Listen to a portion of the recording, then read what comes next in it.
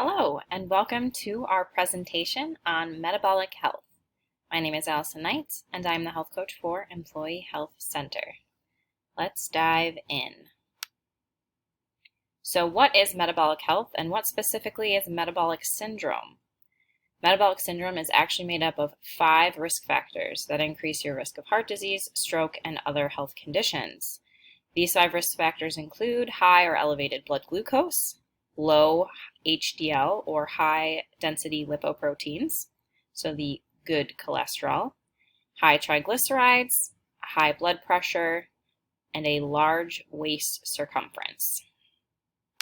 Let's break that down a little bit further. So high or elevated blood sugar. Symptoms of this can include increased thirst, increased urination, fatigue, weight loss, though this is typically more common with type 1 diabetes, and an increased appetite. This makes sense to be fatigued and have an increased appetite if your body is not able to utilize the glucose effectively and move it into the muscles and the organs as needed. Then your body is going to be tired and you're going to be hungry because it doesn't feel like it's getting the energy that it needs. An elevated blood sugar is considered anything over 100 milligrams per deciliter when fasting. Now in the past, they kind of just said, once you hit 100 milligrams per deciliter, that's really when it's of concern. But if you see that your fasting blood sugar has started to increase, especially if your fasting blood sugar starts to become higher than 87 milligrams per deciliter when fasting, there is evidence that you do have a higher risk of then going on to have metabolic syndrome or diabetes. So it's a spectrum. So you do want to really have your fasting blood sugar below that 87 milligram mark. And if not, then, start taking some steps now before you reach that 100 milligram per deciliter. Insulin resistance. This is why you see that elevated blood sugar. Basically, it means that the muscles, the fat, and the liver are not effectively responding to that insulin. So when we eat, the insulin receptors are not able to be opened with the glucose effectively, and then that's not being utilized for energy because it's not moving into the muscles and the fat. This is often caused by belly fat or abdominal fat in particular, because this fat then accumulates around our organs, something called visceral fat, making it more difficult, creating more of a barrier for the glucose to open the insulin receptor lock and get in and move into the muscles to be used. We used to say that only people who have diabetes should be paying attention to their blood sugar, but actually we're finding that, again, that fasting glucose is really a good indicator on what your metabolic health might be, and we should be trying to minimize spiking our blood glucose regardless of whether we have a diagnosis of diabetes or prediabetes, and that should be something that we should be focusing on more. Low HDL. So this is those high density lipoproteins, and that's the good cholesterol. This cholesterol actually helps remove LDL or low density lipoproteins, the bad cholesterol, from our arteries, and it recirculates it into our bloodstream and into our liver for excretion. So it helps detoxify some of that. Unfortunately, it only takes out about a third of the LDL, so you do still want to manage your LDL and your total cholesterol as well. The best way to improve your HDL is actually physical activity and exercise. There are some foods with monounsaturated fats like olive oil, walnuts, avocados that may improve it slightly, but really moving more is the biggest driving factor in improving your HDL. So the optimal range for this is actually greater than or equal to 60 milligrams per deciliter, and that is for both men or women. And so again, you want that level to be above this, the one number that we like to see go up as a protective measure against heart disease. You are at risk if you are a male and your HDL is less than 40 milligrams per deciliter. And for women, we actually need a little bit more to be more protective. So if we're below 50 milligrams per deciliter, we are actually at higher risk. High triglycerides. So these are actually the most common type of fat that is found in our body, and it's basically a free-floating fatty acid in our bloodstream. When we eat a meal, our body is going to convert anything that we don't need right at that moment for energy, so those excess calories, into triglycerides. Those are stored in our fat cells for energy at a later time. But so if we're consistently eating meals that are larger than our needs, we are going to have high triglyceride levels or these high fat stores, and that's where it's becoming a problem. A normal level is below 150 milligrams per deciliter. You're kind of in that borderline range where we should really start paying attention to it, making some changes, trying smaller portion sizes, reducing refined carbs and added sugars. That's that 150 to 199 milligrams per deciliter. And then anything above 200 milligrams per deciliter is when we become concerned. You're very at risk for heart disease, stroke, conditions that go along those lines. And anything above 400 is considered very high. High blood pressure. So blood pressure is the force of your blood through your blood vessels, and if it's consistently high, then you have high blood pressure. Obviously, some people have white coat syndrome, or if you rushed into a doctor's appointment, your blood pressure is going to be higher. So sometimes it is a good idea to ask to have it rechecked at the end of your appointment after you've settled a little bit if you feel like the reading is off and it's off from what you normally have. Your systolic blood pressure is going to be the upper number, and this is when the blood pressure is pumping through your blood vessels. So this makes sense that this number would be higher because it's going to be a higher pressure. The diastolic is the lower number, and this is when the heart is at rest and the blood is not pumping through the blood vessels. So again, this makes sense to be the lower number because there shouldn't be as much pressure in your blood vessels when your heart is not pumping. This is the blood pressure stages. This was changed about 5 years ago. They used to say that a normal blood pressure was 120 over 80, and they have actually found that a normal blood pressure or a optimal, less at risk blood pressure is actually less than 120 over 80.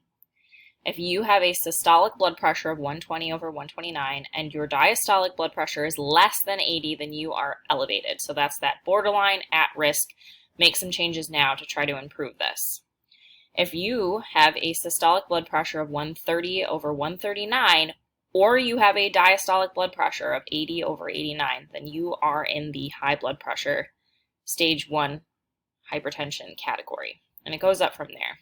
But this makes sense that even if you have a diastolic blood pressure of 80 or 81, that's considered stage 1 because your heart is at rest at that point. There shouldn't be a higher pressure, and it's concerning that there's a higher pressure than there should be when your heart is just simply resting. Waist circumference. This might be probably the best indicator of whether metabolic syndrome is happening. Waist circumference is a great indicator of central or abdominal fat, so this might actually be a better measurement and determinant of someone's body composition, especially if you are checking the BMI of someone who is very muscular, who is very athletic, or has an athletic build. They may have more muscle mass, and so BMI might not be a great indicator, but waist circumference is pretty spot on. Again, abdominal fat in particular is linked to that increased risk of heart disease. It's linked to insulin resistance because it's creating that fat layer, that visceral fat around our organs. You are at risk if you are male and you have a waist circumference of over 40 inches, and you are at risk as a woman if you have a waist circumference over 35 inches. So diagnosis of metabolic syndrome occurs when you have 3 or more of these factors. Again, higher elevated blood glucose, low HDL, high triglycerides, high blood pressure, or a large waist circumference. So beyond having those specific conditions that put you at risk, the development of metabolic syndrome also increases with certain risk factors, including obesity or excess weight, kind of going hand in hand with that large waist circumference, your age. As we get older, things start to just decline and turn off. That doesn't mean that we can prevent them, but it does typically mean that, unfortunately, we do have to work harder as we age to keep all of those systems working properly. Insulin resistance going hand in hand with that elevated glucose. And we kind of explained how really paying attention to your glucose and seeing if you can keep that at minimal spikes can help, and then race and gender. So prevention. Lifestyle factors are going to be the biggest way to prevent metabolic syndrome. And the number one thing being maintaining a healthy weight. Again, that waist circumference has a big indicator as to whether or not you might have metabolic syndrome or metabolic problems. Now, beyond that, the things that you can specifically do to help maintain a healthy weight are eating better, staying more active, managing your stress, and getting good quality sleep. These are all going to help reduce the risk of those conditions that contribute to a diagnosis of metabolic syndrome. So nutrition. Nutrition is key. Food is medicine. So going along the lines of that elevated blood sugar, really trying to avoid blood sugar spikes and keeping your blood sugar more regulated. And now you might not have a great way to regulate this if you don't have a diagnosis of diabetes. If you do have access to getting a continuous glucose monitor, a CGM, or even just a regular pinprick CGM to check how certain foods affect your blood sugar, this information can be extremely powerful and useful. If nothing else, though, simply learning the glycemic index and glycemic load and how that affects your blood sugar or how it affects the average person's blood sugar. The glycemic index of a food indicates how a specific food spikes your blood sugar, how it affects your blood sugar, how high it goes.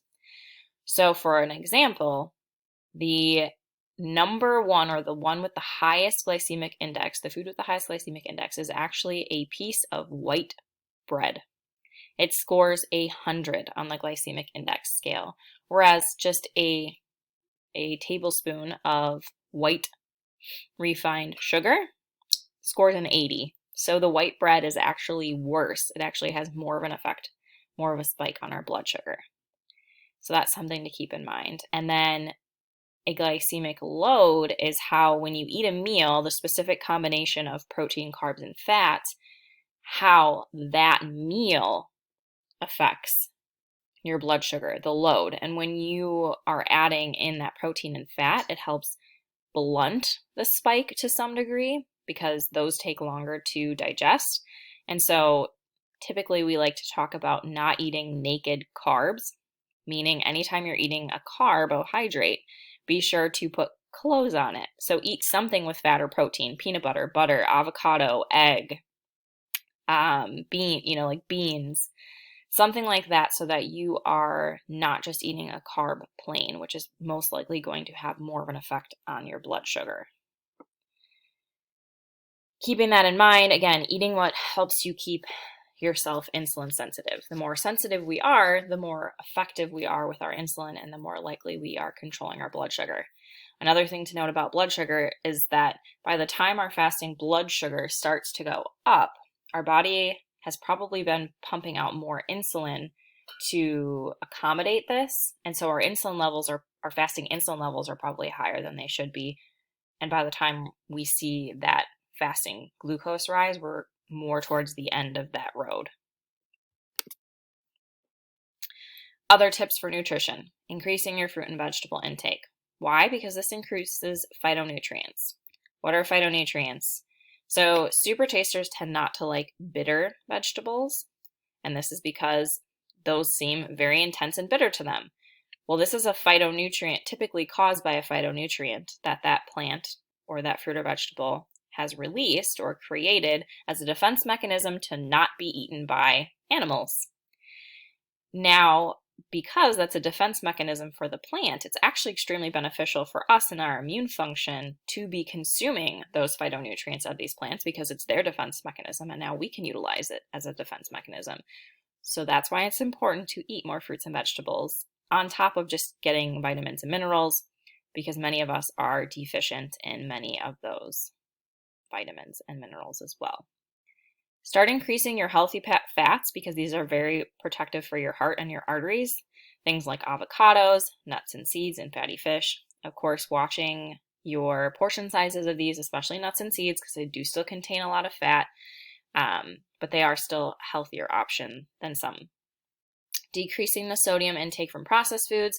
Really, the salt shaker is not the problem. It's the amount of sodium that we get in our frozen foods and our fast foods, because it's used as a preservative and for taste. And decreased ultra-processed foods and refined foods. Now, what is an ultra-processed food? This is going to be a food that has been hydrogenated, or it has an extremely long ingredients list with things we don't know what it is, versus just a processed food is like a tomato sauce. So yes, it's still processed to some degree, but if you look at the label, and if you're looking at a good tomato sauce or pasta sauce, it should just have, tomatoes, salt, maybe some garlic powder, some Italian seasoning, things that you recognize and things that you would have in your own pantry versus, some chemically, synthetically created thing that you have no idea what it is.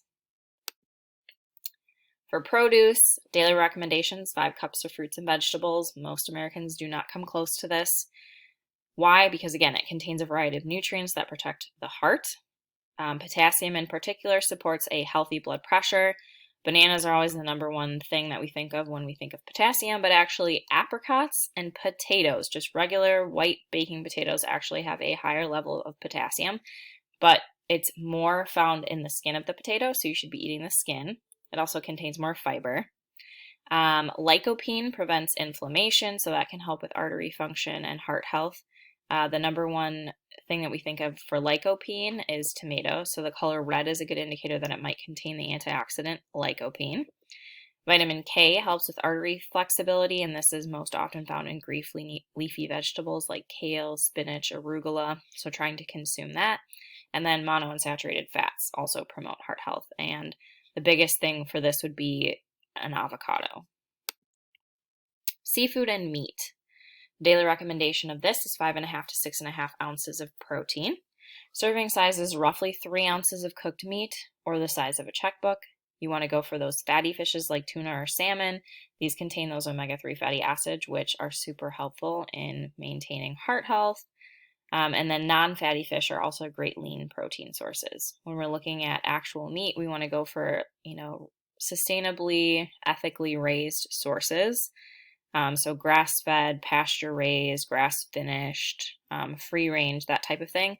And red meat in particular contains a lot of B vitamins, which are necessary for metabolism and creating energy. And if you are a vegetarian or vegan, you definitely want to be making sure that you are taking a supplement for B12, because that's an extremely common deficiency for people who do not eat animal products.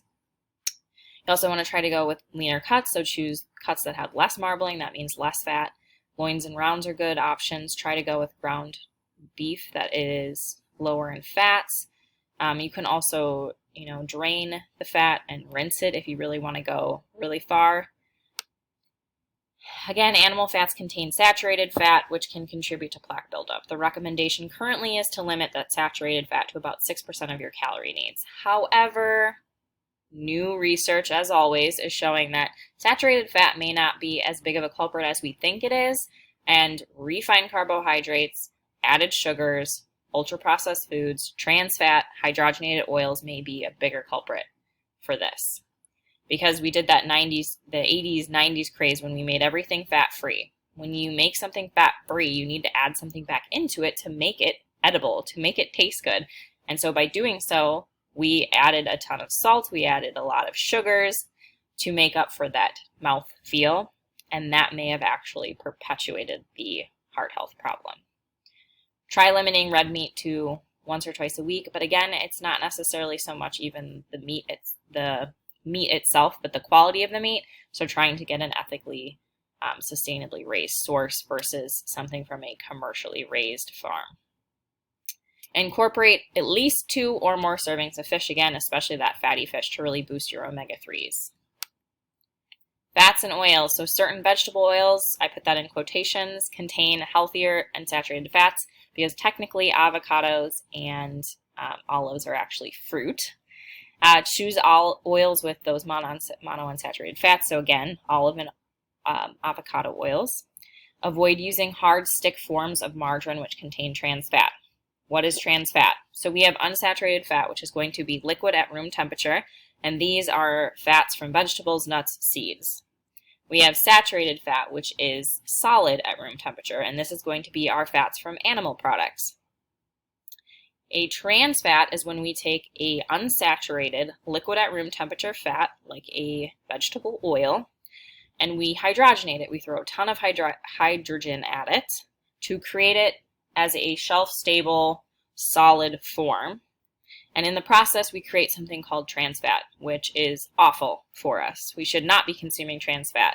You should check the label and ingredients and list and look for the words partially hydrogenated. You can also check for trans fat, but there's a kind of a loophole where if it's less than 0.5 grams per serving, they don't need to list it. But if you're eating more than one serving of that item, which many of us do because sometimes serving sizes are ridiculous, you might actually be getting more trans fat than you think you are. And another caveat is tropical oils, which contain saturated fats, this being palm kernel, palm and coconut oils. Now, a good swap to bring in is peanut butter. Shelf-stable peanut butter, just like Skippy, Peter Pan, shelf-stable peanut butter has been hydrogenated because peanut oil at room temperature are a liquid because they're in an unsaturated fat. In order to make it shelf-stable and to keep it solid, they had to hydrogenate it. So there's trans fat or it's hydrogenated. Now, if you get the natural shelf-stable peanut butter, this peanut butter is not hydrogenated, but it does contain palm oil, which is also not the greatest of the tropical oils and does contain saturated fats as well. What you really want to choose is you want to choose a natural peanut butter that you have to stir to mix in the oil that's separated from the solids. And then you either need to store it in the refrigerator to prevent it from separating again, stir it every time you use it, or someone also told me if you just store it upside down, then the oil stays in the solid part as well. Moving on to exercise. Exercise is important for both our mind and our body. It improves our cardiorespiratory health. It helps improve metabolism by increasing lean muscle mass, which just burns more calories at rest than fat does, and it also decreases our fat mass. And then it releases endorphins to help improve our mood, reduce stress, sleep better. Flexibility training, this is basically stretching. You want to warm up with myofascial release. What is this? So it's basically foam rolling. If you have a foam roller at home, you're taking this long foam roller round cylinder and you're rolling out muscles, especially areas where you have fascial bundles that are knotted up. And this can help stretch and release those knots and warm up those muscles. You want to do about 30 seconds for each muscle that you are going to be working. Obviously, we can't do every muscle, that would take forever. But if you're doing a leg day or an arm day or a back day or a shoulder day, like you want to specifically target the areas that you're going to be working. Active isolated stretching, 1 to 2 seconds, 5 to 10 reps for each exercise. And this is basically where you're doing a stretch and the muscle that you're stretching, you are activating the opposite muscle while you do so. So if you're stretching your quads, you're activating your hamstrings. If you're stretching your biceps, you're activating your triceps. Dynamic stretching, 10 reps on each side. This is going to be kind of explosive exercises. So leg swings, jumping jacks, arm circles, ice skaters, moving stretching. And then static stretching, passive, 30 seconds for each muscle, and then active, which again is activating the opposite muscle that you're stretching for 10 to 15 seconds for each muscle. And a static stretch is really what you're going to utilize when you're doing your cool down after your workout. Once your muscles have already been warmed up and lengthened, they're going to stretch farther because they've been warmed up versus doing a static stretch on a cool muscle where you're more likely to pull it. And this would be like the stretch that's shown here, the toe reach, or the standard, grabbing your ankle and pulling your quad up, which is what we used to do in gym class. That's how we stretch, but now we know that's not actually a good way to stretch before exercising.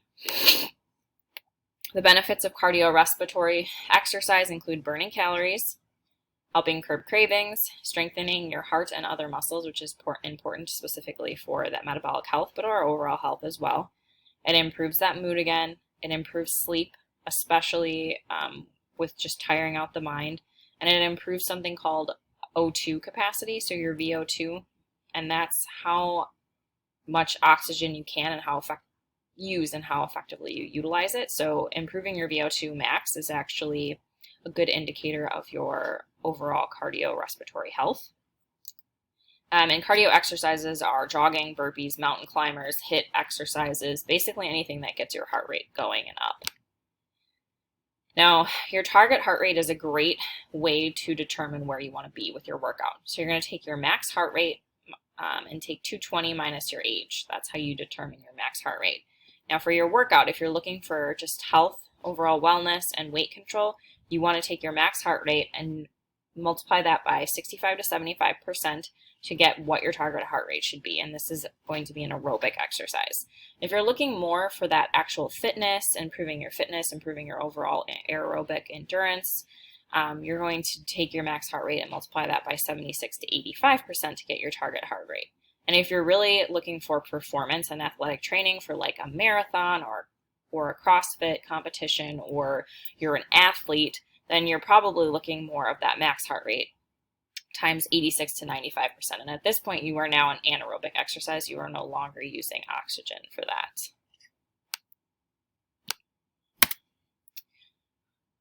Resistance training, strength training, weightlifting, whatever you want to call it, is also extremely important because it helps improve your heart health.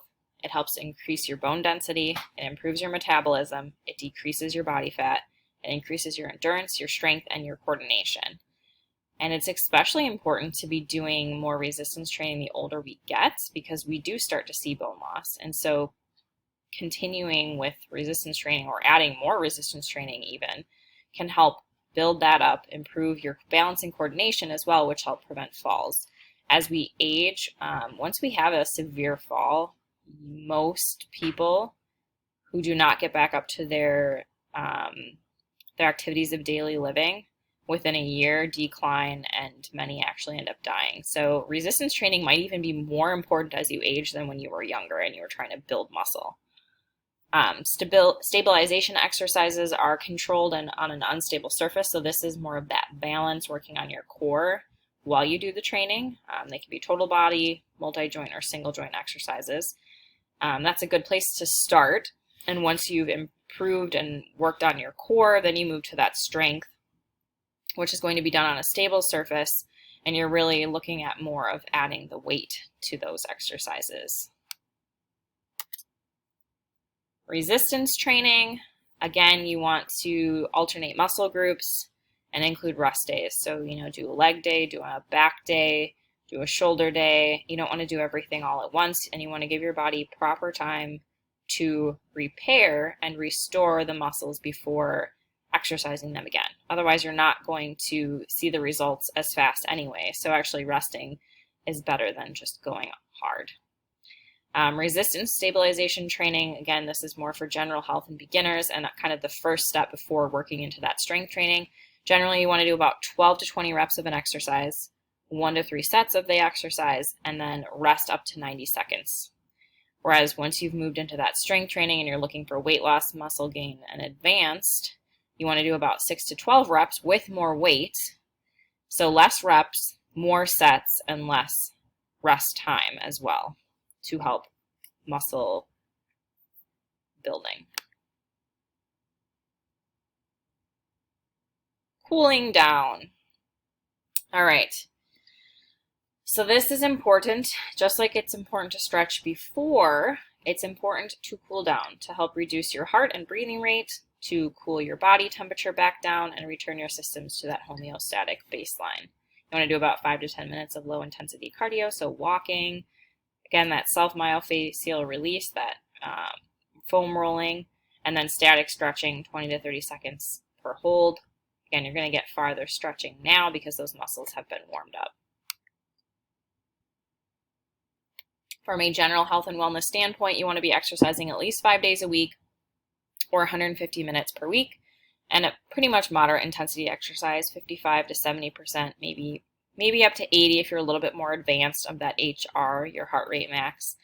You want to incorporate that flexibility or training and stretching basically every day. Cardiorespiratory, core training, balance training kind of go hand in hand with core training, and then resistance training. And so cardio basically daily, and resistance training a few days a week, and alternating those muscle groups.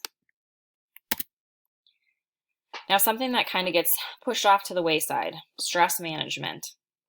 Why is managing our stress so important?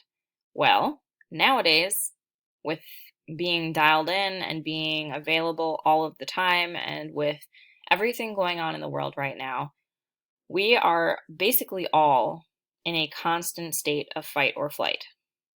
Our sympathetic nervous system turns on this fight or flight response for us to be ready at a moment's notice to fight or flee. And when we're in a state of chronic stress, this means that we have an elevated heart rate, or we have an elevated respiration rate, elevated blood sugar, elevated blood pressure, and elevated inflammation in the body. Now remember, some of the key factors in metabolic syndrome: elevated blood sugar, elevated blood pressure. Elevated inflammation can also lead to some of these things. Now, it also leads to decreased digestion, decreased reproduction, and decreased immune function. Because if we're going to get eaten by a tiger, we don't need to be digesting our food, we don't need to be looking to procreate, and we don't need to fight off cancer if we're going to die anyway. So how it affects the body in each section. So the brain: difficulty concentrating, anxiety, depression, irritability, mood, and mind fog. And it's important to note that the body has pain receptors. So when we're inflamed in the body, we receive that as pain. So our elbow hurts, it's inflamed. Our brain does not have pain receptors. So when our brain is inflamed, this very often presents as anxiety, depression, Alzheimer's, dementia, ADHD, autism, and it makes a lot of sense. It's going to have to present somehow, and if it can't present as pain, how is that inflammation in the brain being presented?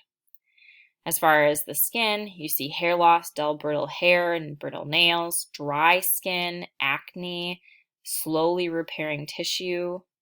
You see high cholesterol, high blood pressure, and increased heart attack for the cardiovascular system. For your gut, we have poor nutrient digestion. Either diarrhea or constipation. You have indigestion. You feel bloated because, again, your gut slows down digestion. It's not necessary if we're constantly in a fight or flight state, or our body assumes. Joints and muscles: increased inflammation and tension. We have aches and pains. We have muscle tightness. We have knots. We carry a lot of stress in our necks and our backs and our jaws. Paying attention to that. Just do me a favor, shrug your shoulders and drop them.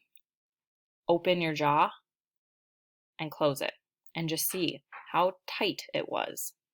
Immune system: decreased immune function. We have lowered immune functions. We're more likely to get sick, and we have a longer recovery time as well. So the exact study, I didn't include it in this, but if someone they take two groups and they're exposed to just the typical common cold virus. People who have a higher level of stress or are not managing it are about 3 times more likely to actually go on and contract the common cold virus after being exposed to it than someone who is properly managing their stress. So your defense systems are down, and you're going to take longer to get over it as well. You're not going to bounce back or be as resilient. And then reproductive system: decreased hormone production, decrease in libido, because again, you're not looking to procreate. Your body has no interest in doing that if it's just trying to keep you alive, or what it perceives as keeping you alive. Because the threat of a tiger is more immediate, but our body can't distinguish the difference between the threat of being eaten by a tiger and the threat of a deadline at work. Some management techniques: progressive muscle relaxation. So this is similar to a body scan, and it basically involves going through and tensing and releasing every major muscle group. Again, we carry a lot of tension in our shoulders, in our backs, in our jaws, and this can be a good way for you to really tune into your own body and find where you are tight, where you are holding your tension, where you are holding that stress, and help you release that. Visualization: picturing your desired outcome in your mind. Forest bathing. This is simply just going for a walk, being out in nature, breathing in the fresh air, getting some vitamin D. Studies actually show that just being in nature can decrease stress and anxiety.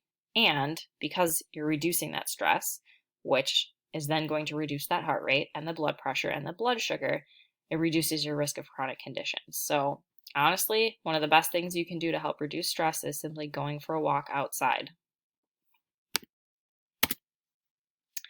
Loving kindness meditation. There's all sorts of meditations. I personally like this loving kindness meditation. You foster love and kindness for yourself, where we very often are our own worst enemies. We might not speak kindly to ourselves, and this is important to love ourselves and give ourselves the time that it needs to help reduce stress and feel loved. Body scan, similar to the progressive muscle relaxation, but just bringing awareness to any tension that we're feeling in our body and really trying to let it melt away and induce relaxation. And then breathing techniques, which is, besides going for a walk outside, probably the best method. We have this deep belly or diaphragmatic breathing. The diaphragm is really our breathing muscle. Most of us are chest breathers. We don't really take deep breaths. We don't want to expand our belly the way that it should be expanded. We don't want to look fat, but we should be taking these really deep belly breaths, letting our diaphragm and our abdominal cavity expand as much as possible to take in as much air as possible and then let it out. We should also be breathing out of our nose as much as possible, because our nose also has the defense systems that we need for immune function. If we're mouth breathers, we don't get that same benefit. And their mouth breathing, especially at night, is actually linked to a lot of chronic conditions, including sleep apnea. Now, the next two techniques for breathing are probably my favorite. The 4-7-8 breath. This breathing relaxation rhythm can help reduce anxiety, induce relaxation, and help you fall asleep. You breathe in for a count of 4, hold your breath for a count of 7, and then with your tongue on the roof of your mouth right behind your teeth, you're going to breathe out for a count of 8, making an O shape with your lips and making a whooshing sound while you breathe out. And you're going to do it for 3 sets. That's it. And what this does is it turns off that sympathetic nervous system. It turns on our parasympathetic nervous system, which allows our body to go into that rest and digest state. So all of those systems that are elevated when we're in our fight or flight response go back to normal. And our digestion, our immune function start to get turned on. And then breath counting. This is extremely or deceivingly simple exercise where you bring attention to your breath and help you relax. You're just going to take a breath in and take a breath out. And on your breath out or your exhale, you're going to count 1, 2, and you're going to count up to 10 on each of your exhales. And once you've reached 10, you're going to start back at 1. And what this is doing, again, is it's using your breath as your anchor, helping you recenter, refocus, bring you back into the present, help turn off that fight or flight response, help you get into that rest and digest and relax state. And the nice thing about your breath is that we do it all day long. It's always with you. You can do these anywhere at any time to help reduce your stress. So it's a very powerful technique, and there's real science behind why it works. Sleep hygiene. So when we sleep, our body repairs and restores itself. So, that right there alone is the main reason why we should be prioritizing our sleep and trying to get a better night's sleep, because most of us get less than 6 hours of sleep, and the average person needs, on average, about 8 hours of sleep, between 7.5 to 9 hours of sleep. There's also evidence that sleeping too much can also be negative effect on our health, especially heart health. So we need that kind of sweet spot of about 8 hours of sleep a night. It's also important to get a good night's sleep because our hormones are regulated and released when we sleep. And this means things like insulin, which are going to affect that elevated blood sugar. It could also affect our thyroid hormones or our reproductive hormones. And our serotonin, all of those hormones, it's important to be getting enough sleep to do that. Also, the recently discovered lymphatic system. So we know about the lymphatic system. Well, the lymphatic system is something found in our brain and our central nervous system. And this actually cleans out toxic buildup and waste in our central nervous system. And so this is something that they're finding is strongly linked to Alzheimer's and dementia. And so getting enough sleep now and allowing your body to properly clean out that waste could help reduce your risk of getting Alzheimer's later on in life. This is also the time that the brain stores new information, gets rid of information that it doesn't need or was useless, and nerve cells also reorganize. So sleep, and specifically how it's linked to heart disease. Insufficient sleep leads to increased stress hormones like cortisol. And so when we have increased levels of cortisol, we see all of those risk factors: increased blood sugar, increased heart rate, increased respiration rate, increased blood pressure. Fatty plaque also starts to accumulate in our arteries, which we do not want. And then we also have inflammatory substances. So this just exacerbates everything by making everything inflamed on top of those accumulations of plaques. Specifically with hypertension, sleep problems lead to a blood pressure remaining higher for longer periods. When we're sleeping, our blood pressure should drop to a certain level at night, but if we are not sleeping and getting that deep quality sleep that we need, then our blood pressure is remaining at a daytime awake state longer than it should be, and that consistency can lead to a higher blood pressure overall.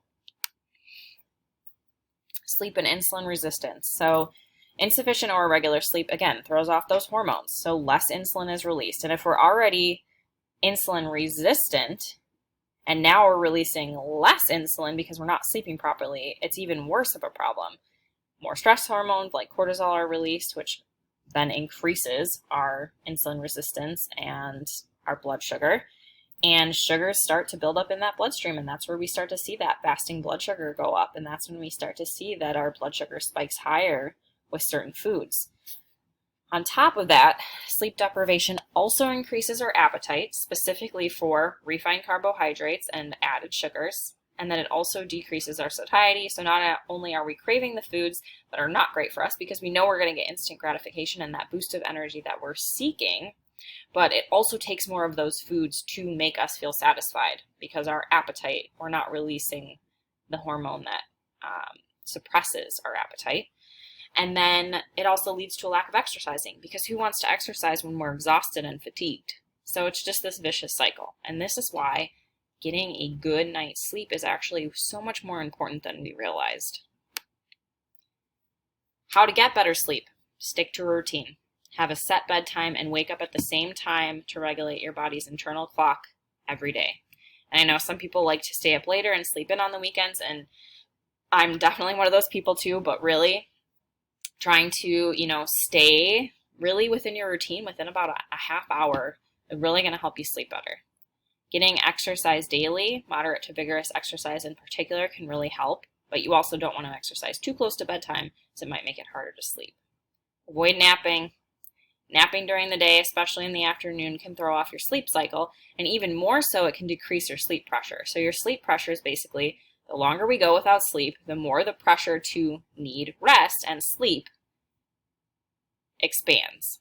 If we take a nap in the middle of the day, well, now we've kind of reset that sleep pressure. So if we took a nap at 3, but we go to bed at 9, instead of having that sleep pressure that's been building since 7 a.m., now we only have a sleep pressure from 3 p.m. There is some evidence, however, though, to power nap of about 20 minutes, maybe 30 minutes max, before 3 p.m. Before 2 p.m. really is best, might have some benefit, but you don't want long naps and you don't want late naps. Getting some sun. This is actually probably the best recommendation for getting more and better sleep. Using sunlight to wake up in the morning. As soon as you get up, open those curtains, allow the sunlight to enter your eye. This helps us get outside during the day. This helps set that circadian rhythm, or our natural sleep cycle. This is important because once you get that sunlight in your eye, it helps signal your body that you're going to reset that clock now, and now, whatever your particular length is, your circadian rhythm is going to help you start winding down when it thinks that it's time for you to go to bed.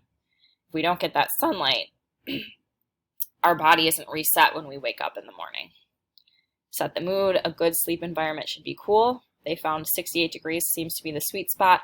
Dark and quiet. If you need, use earplugs, use face masks, use a fan, whatever you need to help create the perfect sleep space. And choose comfort. Have a mattress and pillows that you find comfortable and supportive. The typical lifespan of a mattress is 9 to 10 years. The right support is going to help you fall asleep faster and stay asleep. Limit stimulants. Alcohol, caffeine, and cigarettes, all contain stimulants, and it's best to avoid these before bedtime, at least 2 to 3 hours before. Some people might say, oh, well, when I drink, I pass out. Yeah, you might pass out, but there's a specific window. It's usually about 60 minutes, maybe 90 minutes, where that starts to wear off, and then you start to get the stimulant effect of the alcohol, so it actually is kind of the opposite of what you want. You fall asleep, but then you don't get good quality sleep because you start to become aroused from that stimulant. Avoid blue screens before bed. So the flip side of getting sunlight in the morning to reset that circadian rhythm. If we're looking at a screen or a TV or a computer or whatever, that blue screen is now signaling to our brain to reset itself and to restart that circadian rhythm, which we do not want because we obviously want to start winding down and getting ready for bed. At nighttime, not only avoiding those screens, but also dimming the lights, not using overhead lighting, not using fluorescent lighting, trying to use desk lamping, lighting, and using warm colored bulbs, those warm yellows instead of those bright whites can help. They've actually even found that those little lights on our chargers or the TV or whatever can actually affect the circadian rhythm. And again, tell your body, hey, it's time to wake up. So trying to block those out as much as possible. And then creating a relaxing bedtime routine. Whatever is relaxing to you, do it. Take a hot shower, have a cup of tea, do some stretching, do some deep breathing or meditation, read, listen to some calming music.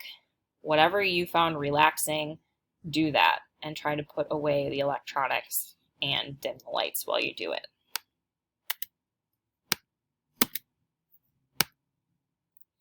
So wrapping up this very lengthy and informative lunch and learn, choose foods that fuel and support your body. Increase your fruits and vegetables, your healthy fats, and your responsibly raised animal proteins. Decrease sodium and ultra-processed foods. Read those labels. Try to choose foods that are not going to spike your blood sugar. If you can, get a continuous glucose monitor or check it and read up on glycemic indexes and glycemic loads to educate yourself. Move more. Exercise a minimum of 150 minutes a week and move as much as possible throughout your day. Even if you exercise every day but you sit at a desk for 8 hours a day, your risk for heart disease and all of these things still go up because you're not moving. Shoot for about 7,000 steps a day. That 10,000 step level was set by some random company in Japan, and there's not really any research to back up doing 10,000 steps, but they have found that 7,000 steps is kind of the sweet spot for overall health and wellness, that if you're getting 7,000 steps, you are probably in a good spot. That being said, the average American only gets about 3,000 steps a day, so this is still double what the average American gets. Manage your stress. I hope that I hit home why it is so important to manage your stress and not just push it aside, bottle it up. It elevates all of these biological responses that can lead to all of these 5 diagnoses that make up metabolic syndrome. And so taking care of your stress should really be one of the top priorities. And finally, prioritizing your sleep. And I could argue this might even be the foundation for doing all of these other things, for moving more and managing your stress and eating better. If you're getting good sleep, all of these should be easier, and your body is repairing and detoxifying and rebooting at night like it's supposed to be, and it's helping reduce the risk of those chronic health conditions. Lots of references. This is a very robust topic. It's an up-and-coming topic. It's being more discussed, and I think it's very important for you to take your health into your hands and try to become more metabolically unhealthy, since 88% of us are not. If you're interested in making a healthy behavior change or just looking for accountability, you can message me or call me at the information below.